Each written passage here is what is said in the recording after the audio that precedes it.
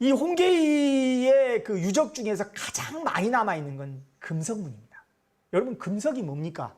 금석은 돌이라든지 철이라든지 이런 곳에 써있는 글씨를 판독하는 겁니다. 조선 후기에 대표적인 금석학자는 그 유명한 추사 김정이라든지, 더 위로 올라가면은 창강 조석이나 뭐 이런 인물들이 있습니다. 이 홍계이도 이 금석학의 대가입니다. 왜냐하면 당시에 이 홍계이는 실용적인 그 학문 성향으로 많은 이제 그 글도 쓰고 그러는데 글씨도 많이 씁니다. 근데 이제 아까 제가 말씀드렸다시피 이 홍계이라는 세 글자를 파내거나 긁어내어서 훼손하는 것이 굉장히 많이 있습니다. 공사의 문적에 그 이름이 묵말되었다. 그렇게 우리가 볼 수가 있겠죠. 현존하는 홍계이 금석문 한 18개 정도가 확인이 됩니다. 이제 뭐 여기서 보면 뭐 우금암, 신권, 양사형 뭐 쭉 있는데 요 내용을 다는 말씀 못 드리고 사진 중심으로만 좀 말씀드리겠습니다. 먼저 이제 제가 이게 지금 뭐 배경으로 이렇게 찍었던 사진인데 아까 말씀드렸다시피 이 비석은 그 소논골이 있거든요. 근데 보시다시피 이 아버지의 신도비란 말이에요. 그러니까 당시 이조판소로 있으면서 이 비석을 만들었단 말이에요. 근데 이 비석은 비신의 길이가 2m, 폭 두께가 70cm, 비신이 200cm, 폭 두께가 70cm 거대한 비석입니다. 비문의 글씨는 안진경체로 써 있습니다. 다보탑비의 자형하고 가까운데 무려 3,700자가 써 있습니다. 근데 이 비석이 이제 이렇게 생긴 겁니다. 근데 여기 보시다시피 6.25 때 총탄을 맞았고 그랬는데도 불구하고 이거를 없애지를 못했습니다. 왜냐하면 이 비석이 누구의 묘의 비석인지 몰라서 사람들이 이걸 없애려고 그랬답니다. 그래서 이거를 막 없애고 막 그러려고 그랬는데 없애려고 그러면은 뭐 천둥이 치고 벼락이 치고 뭐 믿거나 말거나 합니다만 어떤 사람들은 갓을 여기다가 붓고 절을 하면은 뭐 잘 된다 뭐 이런 설화가 있어서 이 비를 갖다가 없애지를 못했다 뭐 이런 이야기를 합니다. 어쨌든 이 홍계이의 가장 대표적인 유적 중에 하나는 바로 이 홍우전 신도비입니다. 향후에는 문화재가 돼야 된다고 생각이 듭니다. 이 글씨도 지금 홍계이 글씨입니다. 여기 뭐 계희라는 글씨가 지금 나오네요. 이거는 아버지 글씨입니다. 지금 대전에 가면 진잠 향교가 있습니다. 그 진잠 향교 바로 옆에 여흥민씨 민천부라는 사람의 묘가 있는데 그 사람의 묘에 이 글씨가 바로 이 홍우전, 아버지 홍우전 글씨인데 굉장히 잘 써 있습니다. 근데 이게 이제 당시에 경상감사로 있을 때에 썼던 글씨입니다. 그리고 오늘 반개 유영원에 가장 많은 영향을 받았다고 볼 수 있는 이 홍계이가 전력을 다해서 반개 수록을 왕에게 요청을 하고 그리고 당시 나이 66세에 이 유영원의 묘비를 찬하게 됩니다. 그래서 유명 조선국 진사 증 지의 겸 진선 반개 유선생 형원지묘 이렇게 쓰게 됩니다. 불행하게도 반개 유영원 집안은 굉장히 현재로서는 한미하게 되어 있습니다. 그래서 찾기가 너무너무 어려웠습니다. 반개 유영원과 아버지 유흠의 묘는 있는데 그 후손들의 묘는 너무너무 찾기가 어려웠습니다. 당시에 홍계이가 영조에게 반개 수록을 국가개혁서를 제창을 하고 묘까지 비까지 직접 당색이 다름에도 불구하고 이 묘를 세우고 비를 세우는데 결정적인 역할을 했던 게 노론 핵심 인물 홍계이란 겁니다. 그래서 이걸 탁본을 하면 이 글씨가 이제 홍계이 글씨거든요. 여러분이 보시다시피 굉장히 잘 쓴 글씨죠. 안진경체로 유명 조선국 진사. 방금 제가 말씀드린 거고요. 여기는 글씨를 파질 않았네요. 여기 써 있네요. 봉조와 홍계이 근식 이렇게 써 있어요. 그러니까 찬하고 설을 했다는 게, 그러니까 짓고, 글을 직접 짓고 글씨까지 썼다는 겁니다. 그래서 이 반계 유형원과 다마 홍계이의 만남이 여기서 이루어지죠. 이 사람이 묘비에 이제 뭐라고 썼는지 한번 읽어볼까요? 반계 유형원 선생이 돌아가신 지 30년 뒤에 저서인 반계수록이 출간되었다.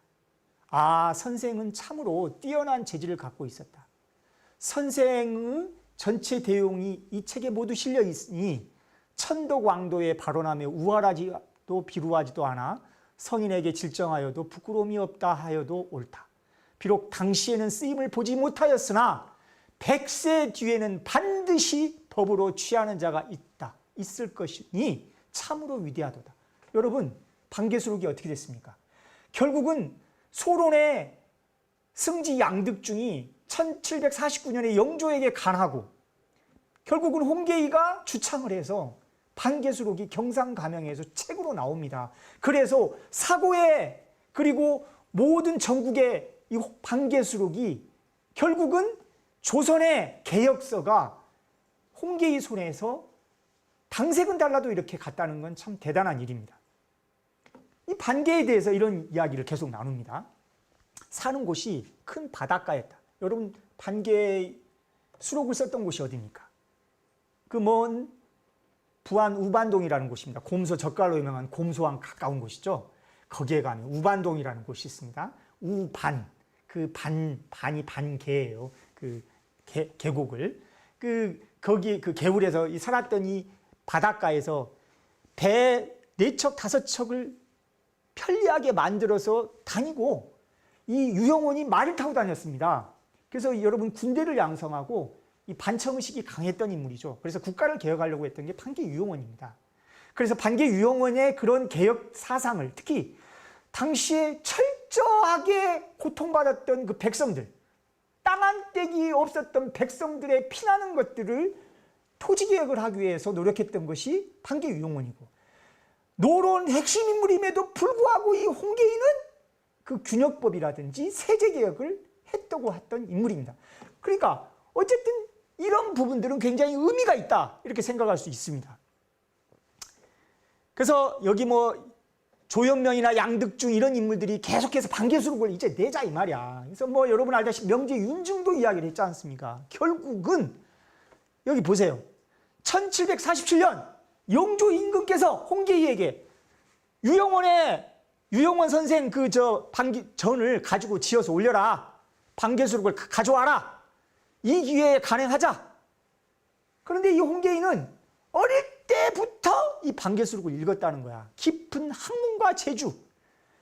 당색을 초월해서 당시에 그 선현들은, 그런 사람들은, 그 인물들은 우리가 생각하는 것을 뛰어넘습니다. 지금은 당이 다르면 서로 몰라보고 서로 그러네. 당시에 어쨌든 이러한 국가개혁, 국가를 새로 재건하는데 남이 어디 있습니까? 지금도 마찬가지지 않습니까? 그런 측면에서 반계 유형원과 다마 홍계이를 우리는 다시 한번 재평가를 해야 된다. 이런 생각을 개인적으로 갖습니다. 이 반계 유형원의 그 터가 있는 우반동 가까운 곳에 여러분 혹시 변산이라고 들어보셨죠? 변산반도. 내변산, 외변산이 있고 그 유명한 허균이 이 홍길동전을 이곳에서 썼다. 우반동에 썼다. 뭐 이런 내용도 있죠. 이 변산은 참 승지 중에 하나인데 명승지죠. 이제 여기가 우금암이라는 곳이거든요. 이곳은 여러분 잘 알다시피 백제 부흥운동이 있었던 곳입니다. 백제가 660년에 멸망을 하고 복신, 도친, 부여풍 여러분 들어보셨죠? 이 복신굴이에요 여기가. 그래서 저기서 부흥운동을 했다는 거야. 저곳이 우금암이에요. 우금암. 우금산성이 있는 곳입니다. 저곳에 수많은 그 조선 선비들도 이곳에 휴양을 왔어요. 쉽게 말하면 피셔를 온 거예요. 격포 별장하고 신야라는 사람하고 당시 이 다마 홍계이가 여기로 왔습니다. 그래가지고 글씨를 남겨놨습니다. 여기에 보면 신야하고 홍계이가 격포 별장인 장사주라는 사람하고 같이 온 거죠. 그래서 이제 1740년에 38살에 이곳에 왔던 겁니다.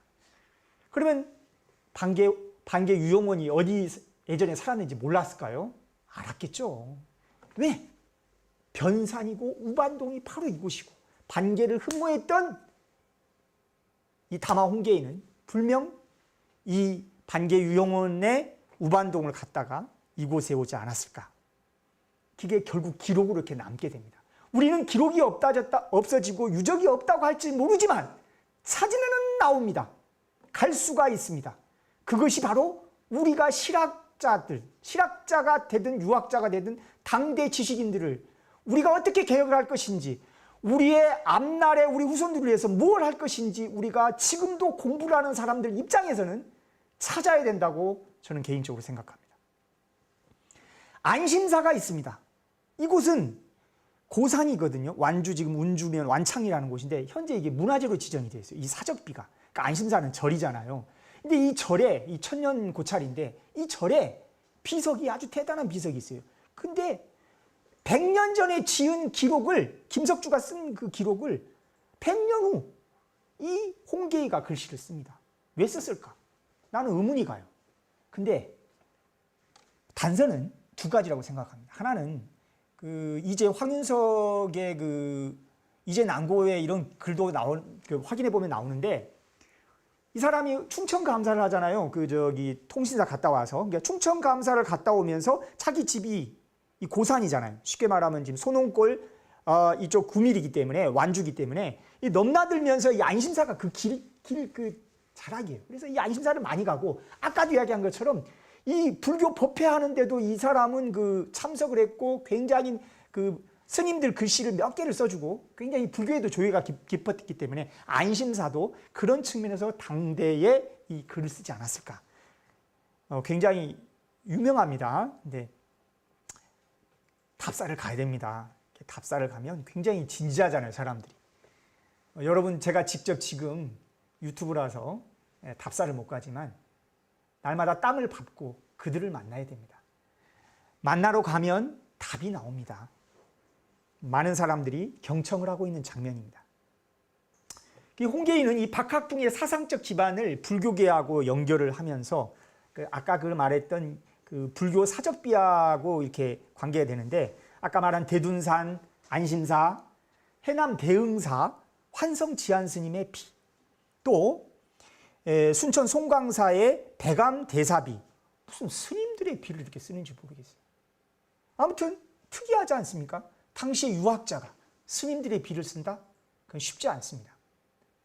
왜냐하면 여러분 혹시 대사적비 같은 데 가면은 스님 당시의 찬자와 필자, 쉽게 말하면 글 썼던 인물들은 별로 안 나옵니다. 우리가 대사찰에 가도. 근데 특이하게 나와요. 근데 아까 제가 말씀드린 것처럼 홍계이가 23살 때 이 완주, 전주에 살 때 금산사에서 대법회를 여는데 이때 명강사가 바로 이 환성 지안 스님이거든요. 이 사람이 나중에 이제 해남 대흥사 주지도 가는 거예요. 나중에 제주도로 가서 제주도 돌아가시는 게 바로 이 환성 지안 스님이거든요. 대단한 영역을 갖고 계신 분인데 이 환성 지안 스님을 굉장히 따랐는 것 같아요. 그러니까 이 사람이 돌아가시니까 이 해남 대흥사에서까지 이 비석을 썼다는 건 아주 대단한 일이죠. 네, 그렇습니다. 그래서 그 내용이 바로 여러분 이게 실물로 보면 나오고 답사를 그래서 가야 됩니다. 우리가 그 답사 터에 가가지고 그냥 보면 안 되죠. 이게 누가 썼고 당시 어떤 사상과 어떤 진리를 가지고 가치를 가지고 썼는지가 중요합니다. 좌측에는 해남 대흥사요, 우측에는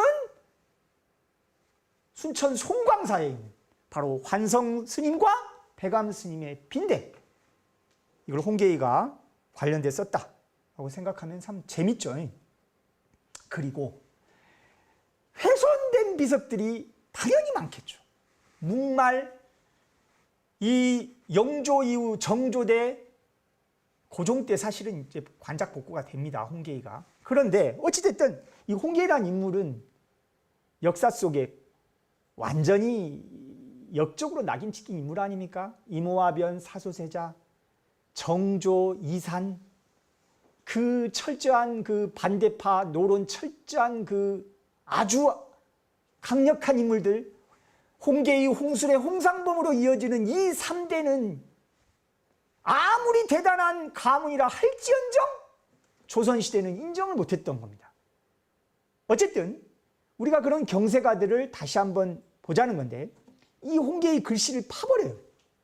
그 대표적인 것을 몇 개만 제가 한번 보여드리겠습니다. 첫 번째가 경상도로 한번 가봅시다.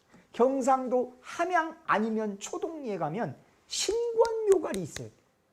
근데 이 신권묘갈은 약수 신권이라는 사람의 그 비인데요.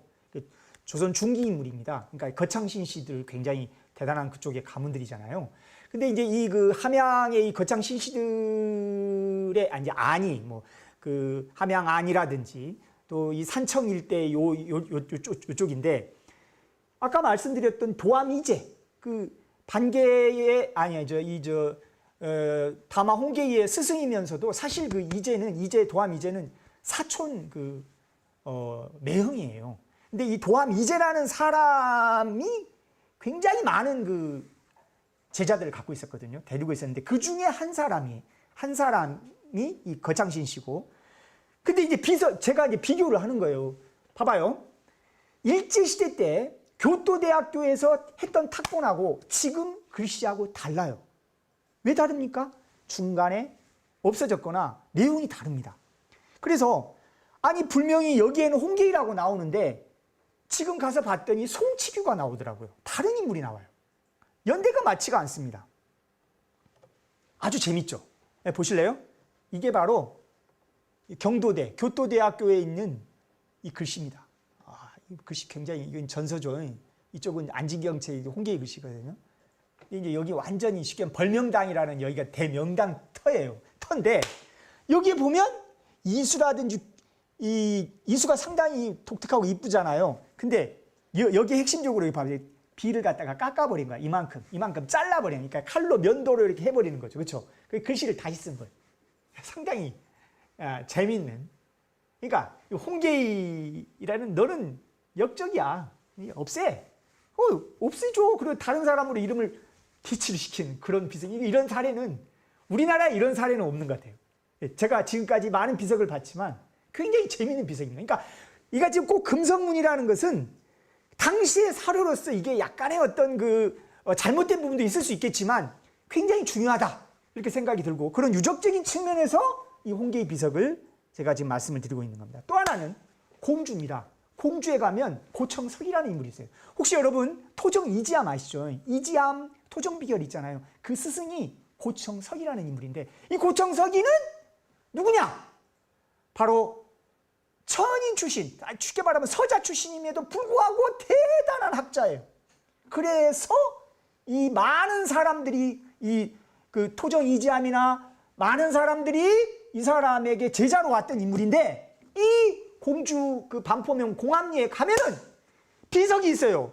근데 잘 안 보이겠죠? 여기 여러분 보이시죠? 요거 보입니까? 여기만 이렇게 파버렸잖아요. 홍계이예요.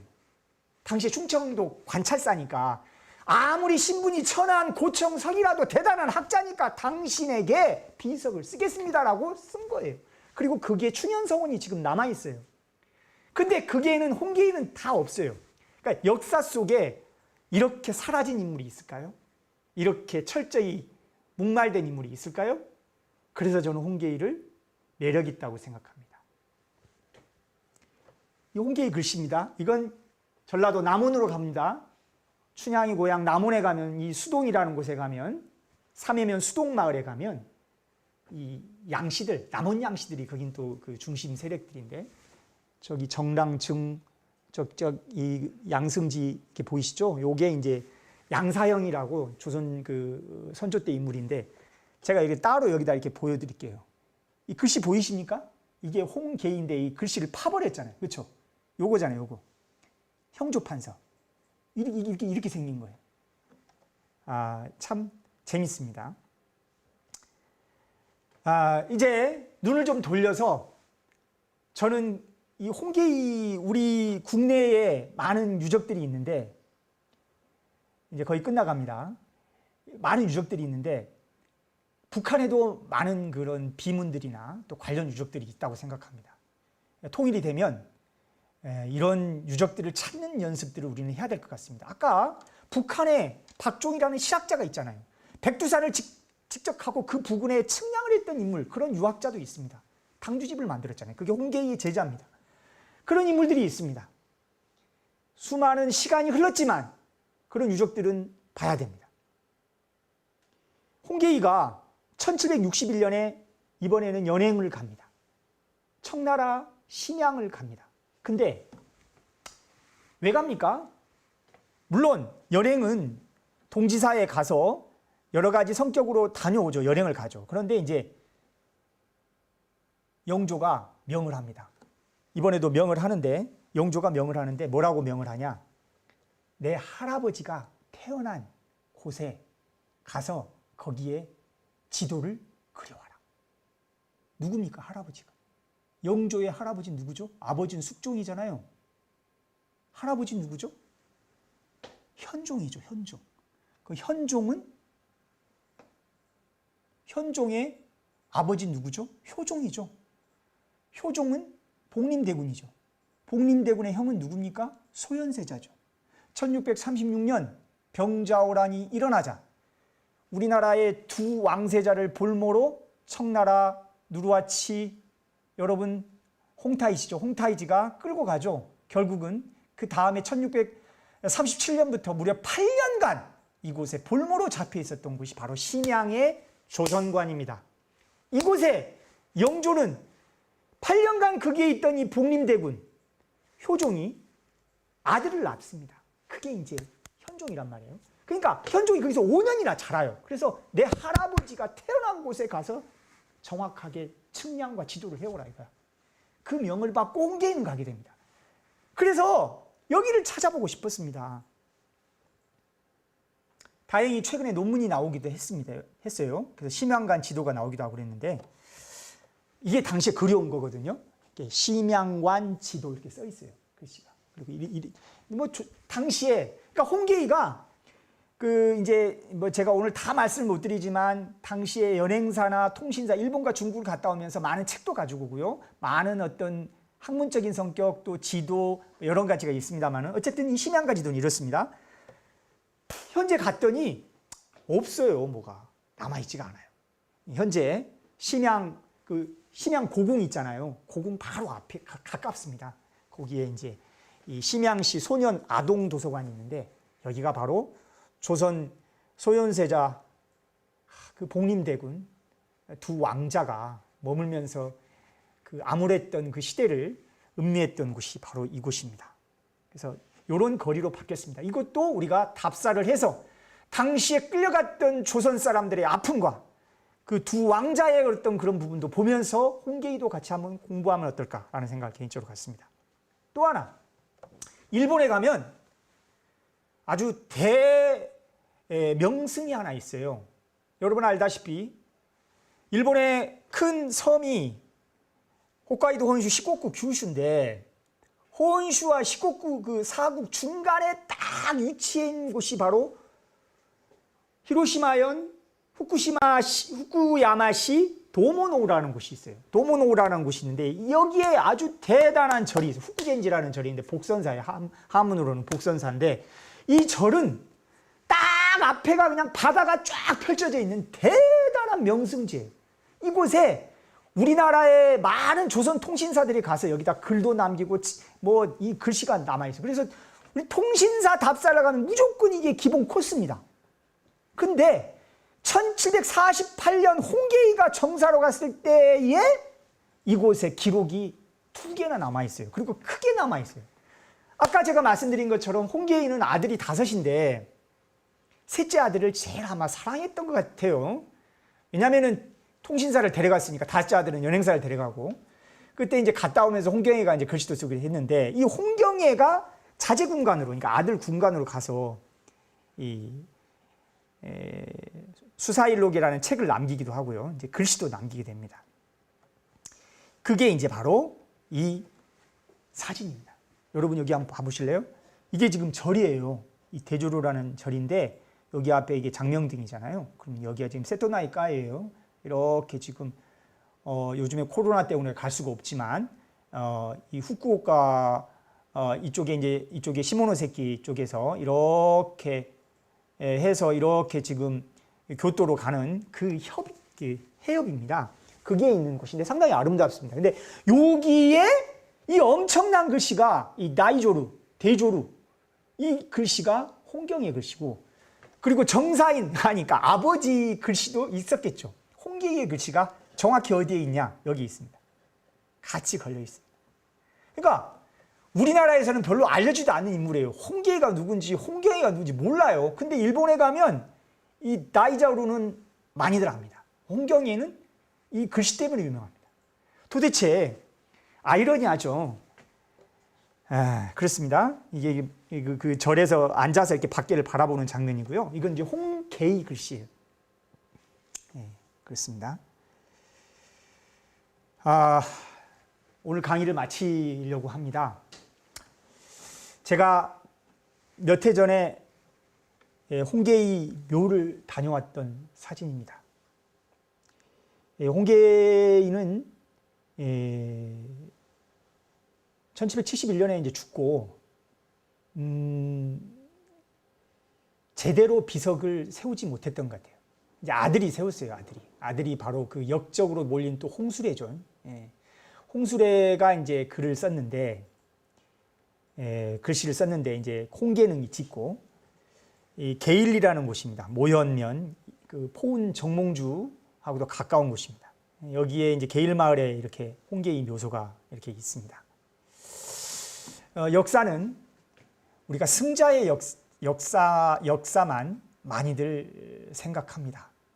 백제는 찬연했지만 남아있는 게 없고 신라의 아름다움만 남아있습니다. 조선의 노론의 역사만 많이 남아있고 소론의 역사나 남인의 역사는 많이 없습니다. 같은 노론이라 할지라도 우봉이 씨나 이런 중요 벌열 가문들은 많이 남아있지만 또 이런 남양홍 씨 일부 홍계의 가문 이런 것들은 또 많이 남아있지 않고 그렇습니다. 제가 오늘 강의를 한 중심은 단순한 한 인물의 어떤 업적을 논한다는 것은 결코 아닙니다. 임진병자호란을 겪으면서 얼마나 많은 백성들이 피를 토하면서 힘들었습니까? 서양에서의 새로운 학문, 내적인 개혁, 복고적인 유교의 경전, 이를 통해서 새로움을 추구하려고 했던 당시의 지식인들을 우리는 다시 한번 음미해야 된다고 생각합니다. 그게 바로 반개 유용현부터 다산 정약용입니다. 분명 홍계의도 이런 관료층이지만 우리가 함께 다시 한번 음미할, 다시 한번 평가할 그런 인물로 생각이 듭니다. 오늘 끝까지 이렇게 강의를 들어주셔서 감사합니다. 고맙습니다.